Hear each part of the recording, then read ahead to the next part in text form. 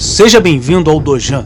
Eu sou Léo Aguiar e junto a você vou descobrir os segredos e origens das artes marciais. E hoje vamos nos aprofundar no Karatê de Okinawa, o Karatê Shotokan. Venha comigo!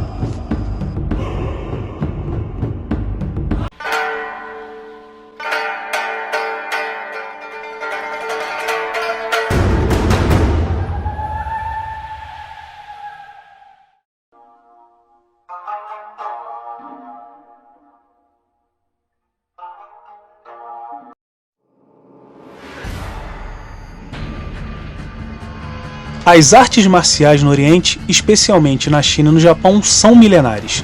Contudo, como todo conhecimento era passado oralmente entre o mestre e seus discípulos, não há ou ainda não foi descoberto nenhum escrito que date com exatidão a origem do Karatê-do.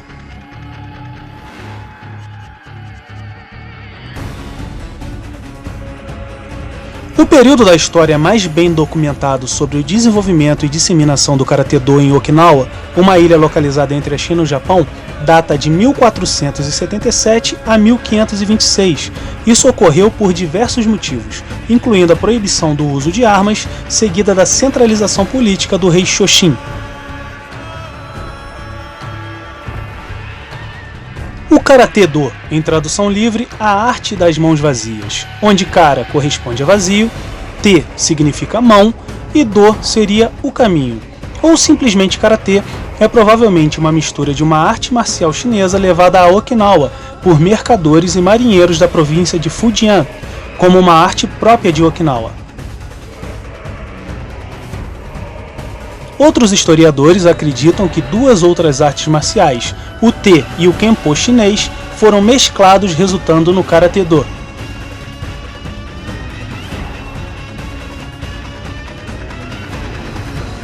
Por quase 400 anos o Karatê só era praticado atrás de portas fechadas, o que no entanto não significava que fosse um segredo.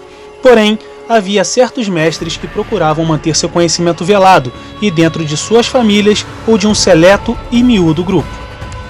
Por outro lado, as casas eram tipicamente muito próximas umas das outras e tudo que era feito em uma casa era de conhecimento das casas adjacentes. Enquanto muitos autores pregam o Karatê como sendo um segredo daquela época, não era exatamente isso que se encontrava na prática. Ou seja, apesar de que não fosse um segredo a existência do Karatê, muitos mestres procuravam impedir que esse conhecimento fosse passado para o público em geral, até que por volta das décadas de 1870 e 1880, um jovem que mudaria o Karatê para sempre começou a receber suas primeiras lições. Seu nome era Ginchi Funakoshi.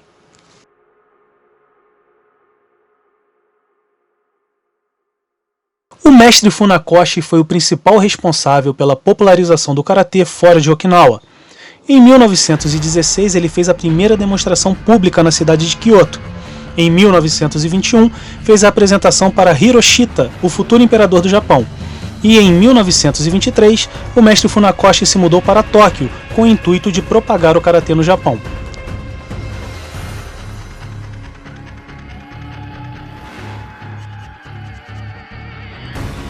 Contra os pedidos de muitos mestres mais antigos, que não eram a favor da divulgação da arte, Funakoshi começou a ensinar Karatê nas escolas. Logo, as crianças de Okinawa estavam aprendendo os katas como parte das suas aulas de educação física. E nesse meio tempo, a redescoberta da herança étnica de Okinawa entrou em voga, e as aulas de Karatê passaram a ser bastante apreciadas.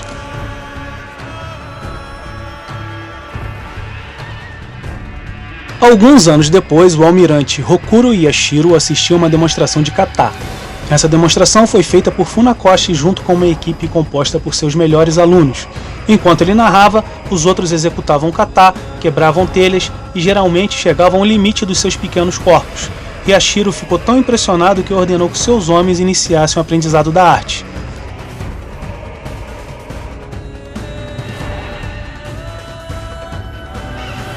Em 1912, a primeira esquadra imperial da Marinha ancorou na Baía de Suju sob o comando do almirante Dewa, que selecionou 12 homens da sua tripulação para estudarem Karatê durante uma semana. Foi graças a esses dois oficiais da Marinha que o Karatê começou a ser comentado em Tóquio. Os japoneses que viam essas demonstrações levavam as histórias consigo quando voltavam para o Japão. Em 1921, o então príncipe herdeiro Hiroshito, em uma viagem à Europa, fez uma escala na terra do karatê e assistiu a uma demonstração liderada por Funakoshi, ficando muito impressionado. Por causa disso, no fim desse mesmo ano, Funakoshi foi convidado para fazer outras demonstrações, mas dessa vez em Tóquio, numa exibição atlética nacional. O convite foi de pronto aceito, acreditando ser esta uma ótima oportunidade para a divulgação da sua arte.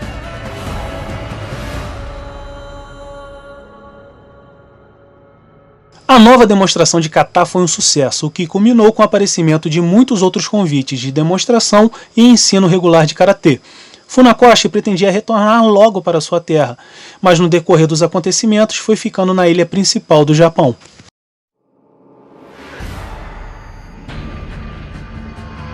Um detalhe que poucos conhecem é que Funakoshi era profundamente religioso e tinha um receio de que o karatê se tornasse um instrumento de destruição.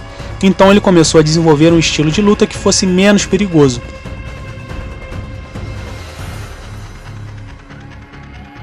Funakoshi teve sucesso ao remover do karatê técnicas de quebramento de juntas e de ossos, dedos nos olhos, chaves de cotovelo e esmagamentos de testículo, criando um novo mundo de desafios e luta em equipe onde somente poucas técnicas seriam legais.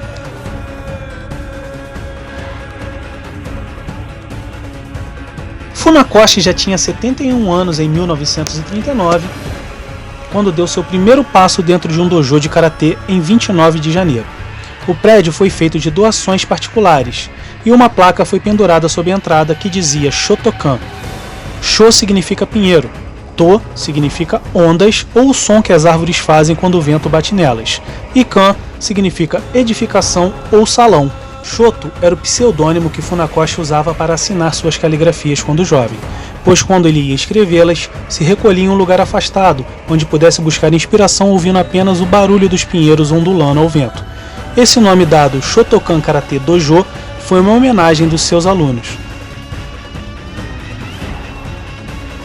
Após a derrota japonesa na Segunda Guerra Mundial, as forças norte-americanas dominaram o Japão e proibiram a prática do karatê. Porém, alguns alunos de Funakoshi os convenceram que o karatê era um esporte inofensivo. Além disso, alguns soldados americanos estavam interessados em aprender aquela nova arte marcial. Assim, com a imigração japonesa, o karatê se propagou pelo mundo, ganhando adeptos em várias nações do mundo.